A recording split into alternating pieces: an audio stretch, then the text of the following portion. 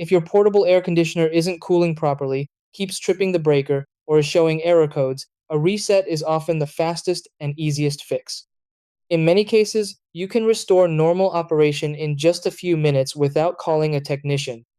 A power cycle reset clears temporary electronic glitches inside the unit. Start by turning the AC off using the power button, then unplug it from the wall.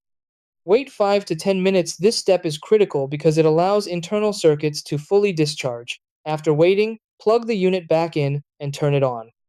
Before testing, always check your circuit breaker, as a tripped breaker will prevent the AC from powering on even after a reset. If power cycling doesn't work, look for a dedicated reset button on the control panel, usually small and sometimes red. Press and hold it for 3 to 5 seconds, then release, and wait for the unit to restart.